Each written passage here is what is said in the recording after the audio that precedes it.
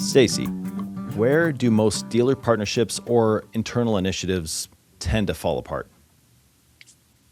Well, it's probably one or two areas. I mean, I think that one is either be on the people side or the process side, and you can do a good job of trying to hire the best in class of people, and you can try to do the best to give them an operating or a operating procedure for them to follow. But if someone stops following that or stops short of that, that's probably where the first fractures begin. Okay. And when you go into these change management situations or implementing some kind of new partnership or rollout, uh, is that something you can always anticipate or does it usually catch you off guard?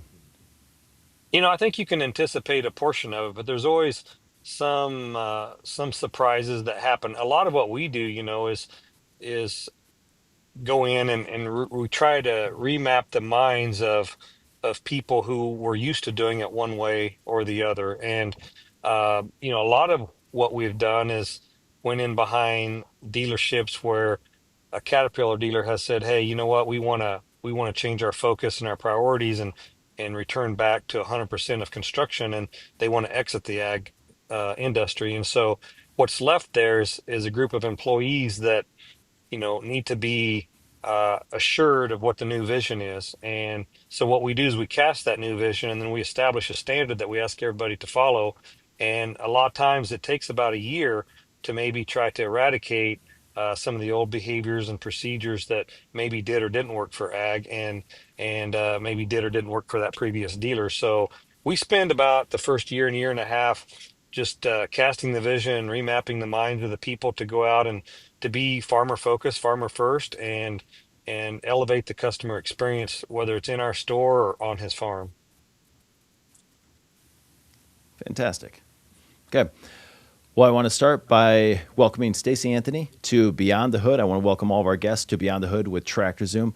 Uh, I want to introduce Stacy and all of his experience. So, Stacy is the CEO of AgRevolution, AgRev, as I might refer to it, but one of the more innovative dealership models in ag today. He has more than 30 years of equipment industry experience.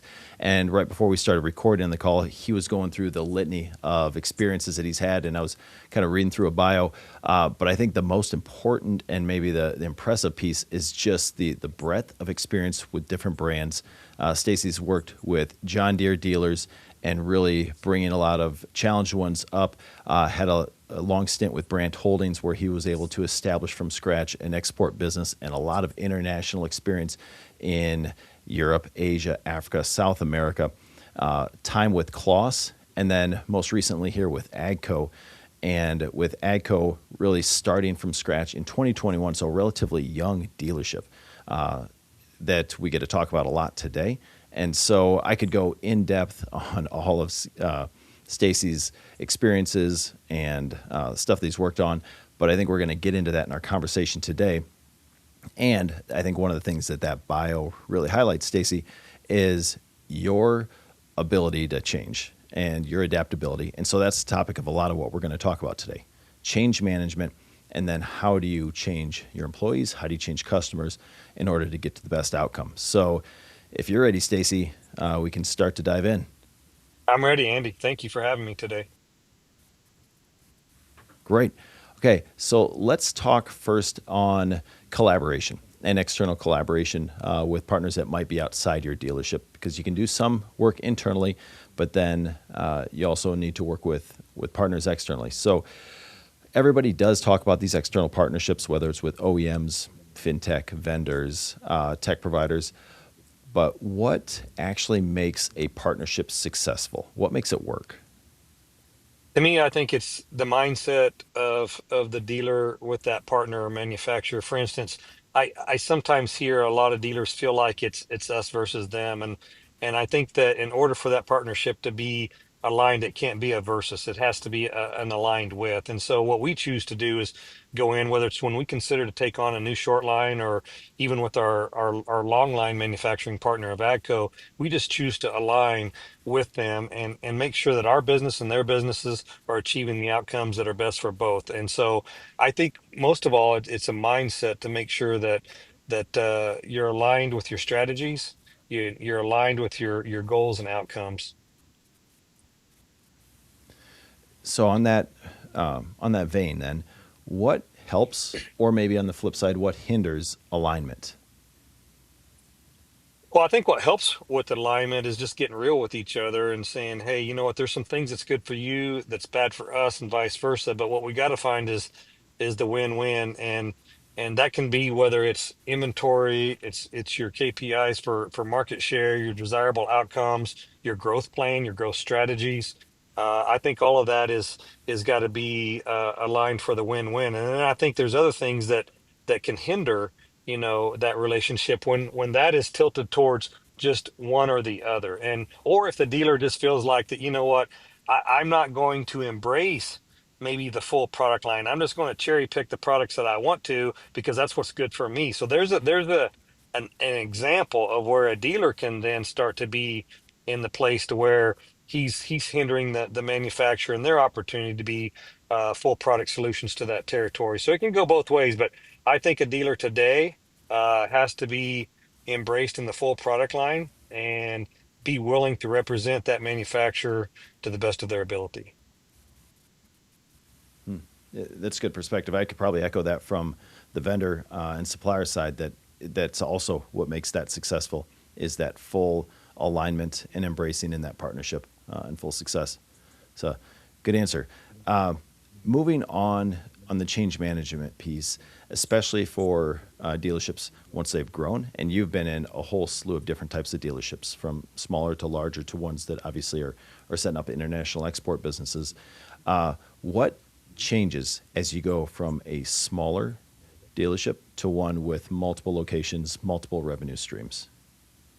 Yeah, so when you start to look at what we do, a lot of it, it's taking something that is where it's at and trying to improve it 2x, 3x, or 4x in a short amount of time. And so the territories that we come in today, we implement the full line of AGCO, both Fenton, Massey, Ferguson, and you try to evaluate where the market and the people are, and then you establish a pathway of growth for them. And then what you do from there is you communicate and establish the standard and do whatever it takes necessary to create the standard operating procedures, the playbooks, the vision, the inspiration to elevate them from one level to the next. So we take a look at it a lot like a stair step, and it's kind of from level 1 to level 5. And within that first 24 months, we want to get out of level 1 and get right up on into plateau number 2 and 3, to show the acceleration of the market in this business. Uh, Especially in the ag space in this country, it's not a patient country, and so you have to show quick success and you have to accelerate growth in order for people to take you seriously and for your relevance to be real. And on that change management piece, because I fully agree, the momentum piece is real. It's sometimes hard to quantify, but visceral. You can feel it.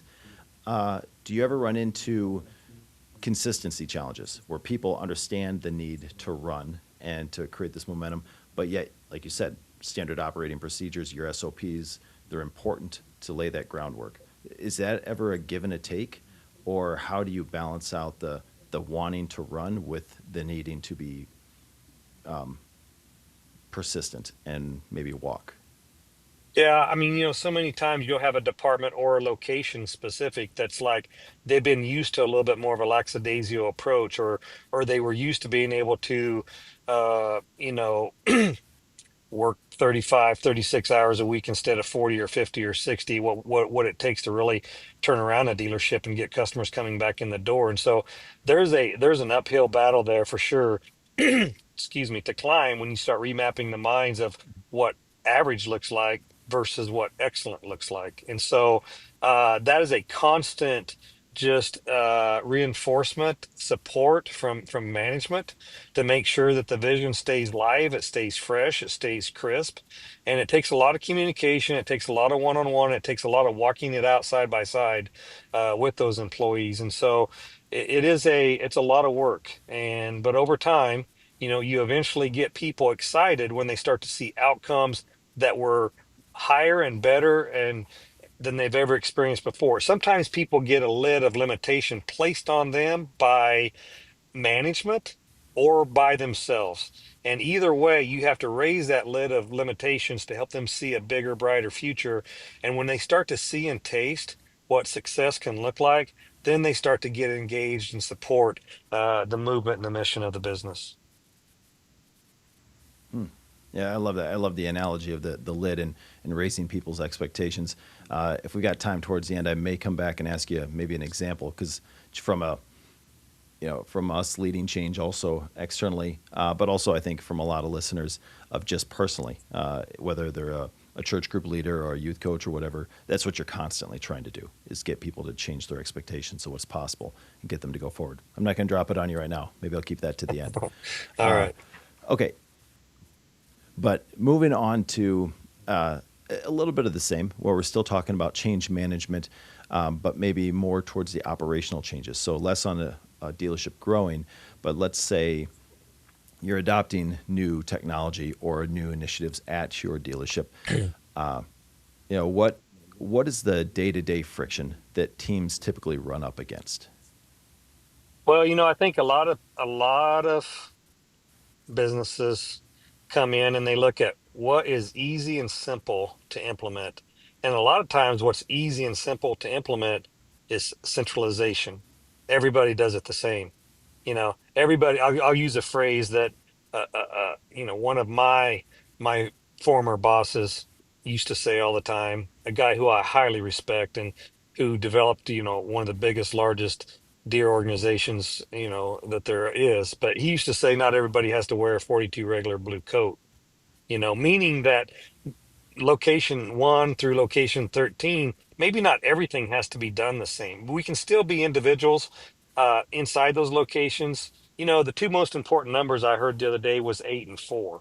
8 because that's the amount of seconds you have to give someone's attention, and 4 because that's the amount of generations that we have working inside each of these dealerships. And so we really struggle to centralize everything being the same, everything being identical, everybody having to do it the same way. So we come in and we first of all say, when we buy a new location, maybe it's in Illinois or Indiana or Ohio or whatever, we don't come in there with a playbook from, there's so many of us here that come from various backgrounds. I mean, I didn't come in with the Brant Holdings playbook. A lot of our team didn't come in with one of the Caterpillar playbooks. We got some people from John Deere and Claas. We came in here and we said, no, let's do it different.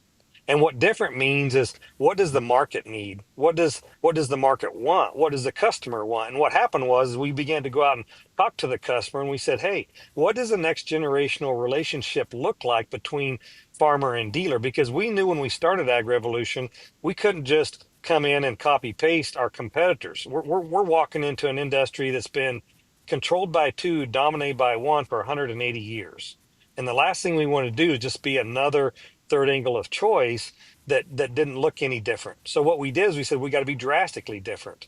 And so then we came in and asked the farmers what they want. And they asked, and what they told us was is we want to change the proximity of the place and point where we choose to do business. I said, well, where do you choose to do business? And they said it's not at brick and mortar anymore. We want to do it on our farm. Now, do they still do business at brick and mortar? Yes, they do. But we took that and said, okay, let's design something much different. When it comes to change management, let's come to the market. Let's think in a disruptive manner how we want to adapt to the farmer, change to the farmer, and give him what he wants. And so what he was telling us is we're tired of going to town to chase for parts. I don't really want to load my Class 9 combine up and take it to the dealership every time it needs a repair. I want to transact business on my farm. So that's how we started AgRev. If you look across our brick and mortar locations right now, of which we believe in brick and mortar, but we call it smart network coverage, which means that we don't have traditional brick and mortar at every location. We look at the market, see what it needs, and then we plug in whether it's a parts only, service only, parts and service. Some of them it is parts, service, and sales, and looks a little bit more traditional. But we look at that and evaluate that. But what the farmer has said is that I want to transact on my farm. So what we've done now is we've kind of flipped over the traditional model. And we said, hey, we're going to bring all products and services, all digital solutions to the farm gate, and you no longer have to come to us, we're coming to you. And so today, Andy, about 90% of our service business is all done on the farm or in the field, compared to when I was with other competitors, 90% of it was done in brick and mortar. Mobile service is nothing new. Everybody's got it. But it's at what level are you intentional about it? And that's what we've done, is become very intentional about taking service to the farm gate. And now we take parts to the farm gate, we take digital solutions to the farm gate. So right now we brought the dealership to the farmer, and that is a large part of our model when you're talking about change management. Good. From a strategic level, and I know many farms that I mean, they have just as good or better of a shop than a lot of the dealerships I know. So I can see that working out well. But to be devil's advocate, then you probably run into some issues, or you may run into issues on consistency side, right? Whether it's data governance, the flexibility of a sales staff or anybody out there that can kind of do their own thing. It creates consistency challenges, reporting differences. How do you balance those? Or has that not even materialized? Are there no differences or no challenges? No, you're right. I mean, it is more complicated to take the dealership to the farm, okay? Because you don't have that sterile, systematic environment to work in. Not everything's at your hand's reach. I mean, you're out in the elements, and it's not always the best. And so, and then you've got to make sure that what happens on the communication side, the consistency side that you speak about, when it comes to editing the work order and closing the work order and commenting on all the loading of the parts and everything, that all has to be done mobile. So these trucks that we have, they're $250,000 a piece. They're like a mobile office in front, fully decked out with RAM mounts and laptops and Wi-Fi's and satellites. And then we got, portable workshops in the back where they've got parts and every kind of tool and crane and welder and generator bolted onto them as well. So it's a moving shop. Now here's what we did when we said, you know, the first day we opened AgRev, we had 16 trucks that we committed to. That was about $5.2 million. And that's about what it cost to build one Hmm. dealership today. So we thought to ourselves, well, we still believe in brick and mortar, but for the same money that costs to build one dealership, we can be in 16 new places today and tomorrow and every day after, and bring the dealership closer to the farmer. So the consistency you talk about is more challenging when you're on the move and on the mobile, okay? Because you're not handing your work order into a service clerk that's riding in the truck with you. She's in the brick and mortar. She's right there. You hand it through the window. She closes it. Things happen so much more smoothly. So what we got to do as managers now is we got to make sure that these mobile guys all get that kind of workflow system. They got to be very disciplined about that, because if they don't do it frequently enough, then yes, things can kind of start to fall apart and get delayed, and then you lose your consistency. So we have to work really hard on that. But we're implementing new software and tech stack to help us be more mobile friendly and efficient in the field, to help those guys have less friction and increase their speed and ease of mobile service. Okay.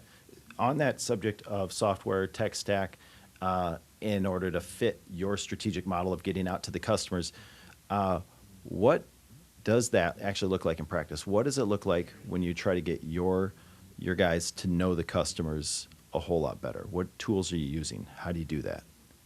I think from a service perspective, we've got this new scheduling tool that's really proven out to be good, called VisiLogix, and it's plugged into our what was formerly called CDK. Now today it's called Vital Edge IntelliDealer Business System. That's the DMS that we use at AgRev. And so we've plugged in a lot of APIs that help optimize the mobile and service operations of that. So that helps with things like scheduling. It helps with work order management. It helps with geo tabbing. It helps with all those kinds of things that give both manager and technician the job queue visibility, and also the location in case an emergency happens, we can dispatch and pull off and go take care of that emergency right away. So that's some of the things. And of course, just our DMS with IntelliDealer. And then on the sales side, for an example, we're using things like TractorZoom, right? Trade assessment tools that are very user friendly, mobile, plugging into our new CRM of Anvil. And really, what we're doing there is, automating, and we've really reduced the amount of steps and swivel chairing that we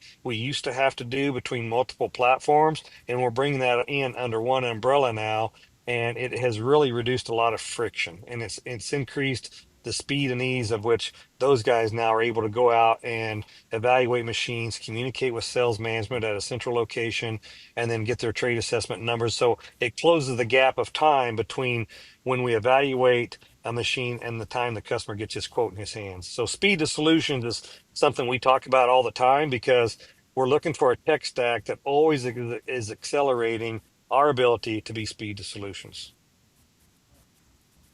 I love that. That speed to solution, easy for anybody to kind of grab hold of and understand that faster tends to be better. Do you guys measure that? Do you have like a KPI or sets of KPIs that your salespeople, your service people are kind of held to, knowing that there's a ton of variability having them out in the field? We do, yeah. So each department has, has their own set of KPIs, and we flex them a little bit from year in to year out because as we begin to get really good in one area, then we go focus on another. So there's some of them that are cores and never flex, but then we have a couple that do flex. So yeah, we do watch that, we do measure it, and once we see improved levels of that, then we go target on another area of the business that we want to improve to the same level. Okay. Nice. So moving then a little away from your internal strategy, and let's talk the whole industry. Uh, so obviously, you guys are approaching the industry in a much different fashion than what it traditionally has been approached. Uh, Looking forward from where we are now to, let's say, 3 to 5 years in the future, where do you think the traditional dealership model is more exposed or at risk? You know, I've always said that what we do, we don't call what we do is right and what they do is wrong. We just think it's different. And I'm not for sure that there's not room and allowance for both models. I just think that we just had to do something different to make a difference. And, I think, those guys have such a large commitment into real estate and they have a large commitment into brick and mortar and in the traditional model. And there's so many traditional models out there that still work really well. I mean, you take a look at the automotive industry, that's still very traditional. Heavy truck, RV, motorcycle, all of that is still very, very traditional and it works very well for them. And so I don't know that we're here to say or even admit that anybody else will follow what we do. I just think that we're here creating a difference for those who like what we do in a different way. Okay. Outside of the retail brick and mortar space or the more the hub and spoke side, are there any other aspects within the dealership industry, the heavy equipment industry, that you think is ripe for change maybe in the next 5 years? Well, I mean, we see the traditional model talking about less locations and more centralization. I think you see that going on all the time.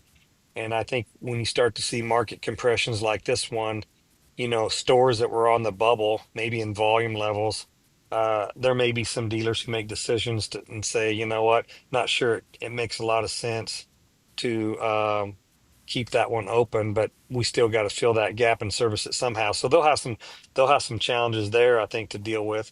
And then, of course, all of the technology with, I always lean on, I look at it this way, Tesla's got a very interesting model. And every time I go into our parking garage at our offices in Evansville, I park up on level 5. And every time I go through 1, 2, 3, 4, I see another Tesla almost every month. Somebody else has bought another Tesla. And I ask myself, where are they buying those at? Because there's no dealer here, and you kind of look at that model and go, you know, I don't know what's right. I can't believe it works, but you see these guys going online and they basically have two questions when you buy a Tesla. You want to go far, you want to go fast, and depending on which how you answer that question, that's how you build your car and it shows up at your house. So I mean, that's one end of the spectrum, and then the other end is still what we're doing on the traditional side of heavy equipment and things like that. So somewhere in the middle, there's probably going to be some changes, but I find it interesting the Amazon model, the Tesla model, those kinds of things. We'll see what happens in the future, but there could be some people leaning a little bit harder in towards, more of a service delivery type of business rather than a brick and mortar in some locations. Well, on Tesla, I think actually yesterday Elon came out and they had their quarterly earnings report, which in the period of 3 minutes, he managed to make the stock jump and then drop like a quarter of its value based on words he's saying. But AI was one of those words. So I don't know if I'll have as profound of an impact now with my drop of this, but what do you think about AI? And do you think, you know, is it being used in your dealership, or is there potential for it to be used in your dealership? We just got back from our Vital Edge Evolve uh, IntelliDealer conference. And last year when we went to that conference, there wasn't hardly anything talked about AI. This year, that's all they talked about. And so we are using it in our dealership. I'm a believer. I think you got to ask yourself the question, is AI a bubble or is it the next industrial revolution? And the lion's share of the people that I talk to believe it is the next industrial revolution. I kind of lean that way a little bit. I think there could be a bubble in some of it, but I think the core of it is here to stay, and we are using it. In fact, the outcomes we're seeing are impressive. Uh, we're using it at the parts counter, we're using it in the service desk, we're using it on the mobile trucks. We're piloting it right now for the salespeople. You say, well, what ways are you using it? Well, for instance, customer comes into or a technician needs to find a solution. He can find it so much faster by using some of these AI platforms.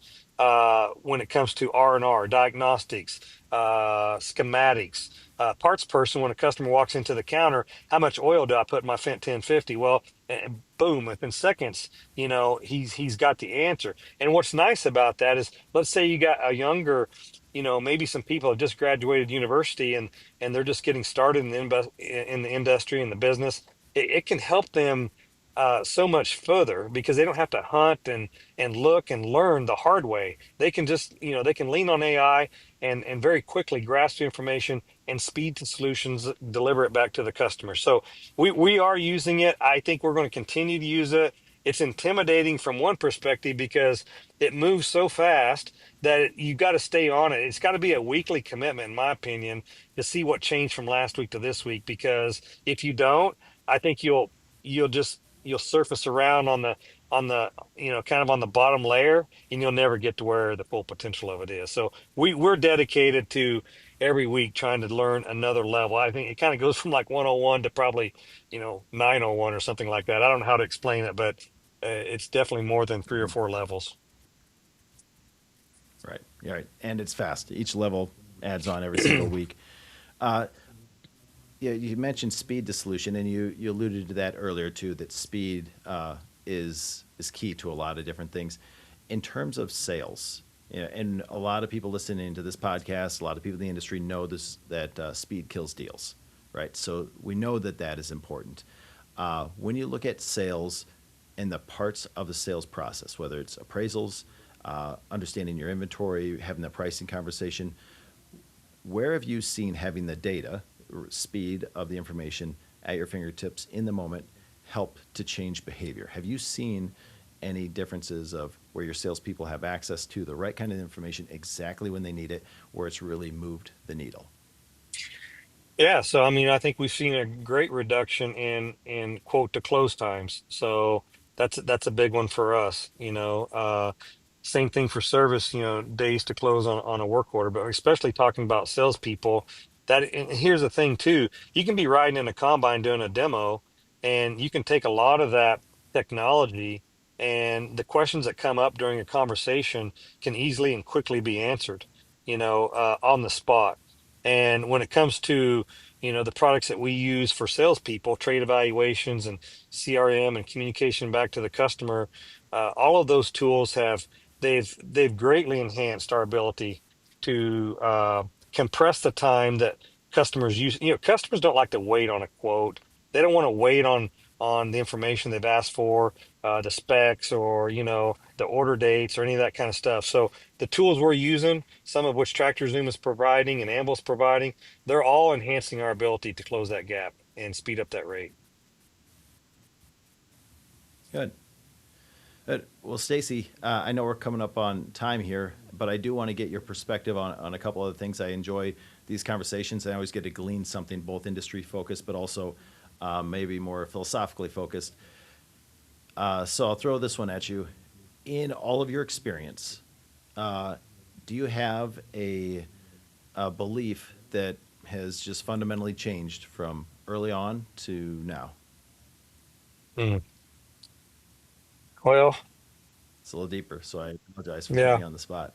No, I mean, it's a great question. And I think I'll answer it this way is that the core values and convictions of the standards that you choose to establish in your business, it doesn't it doesn't really change whether it's in Kentucky, Illinois, Indiana, or Ohio, or 5,000 miles away in Kazakhstan, Russia, Ukraine, South America. It's just I've learned a lot about international trade through my experience with Brand Holdings, and what I learned there is once you establish, you know, that confidence in the customer, they continue to come back and want to stay with you for the longer term of time. And I don't think that matters whether it's here or there. And so that's the one thing that I would share with people is that, stay true to your core convictions and your principal values of business and communicate that, make it real, keep it real with the customers. And that emotional feel will cascade down through your organization and through your dealership, and the customers will feel it when they walk in your door. Hmm. Good. The confidence, the trust. I can't think of a better way to end this, so I am going to call it there. Stacy, Anthony, I really appreciate you joining us on Beyond the Hood, and yeah, best of luck to you guys as you start this 2026 year and continue on with your business model. It was a pleasure. Thank you, Andy, for the opportunity and everything you guys do to support the agricultural industry.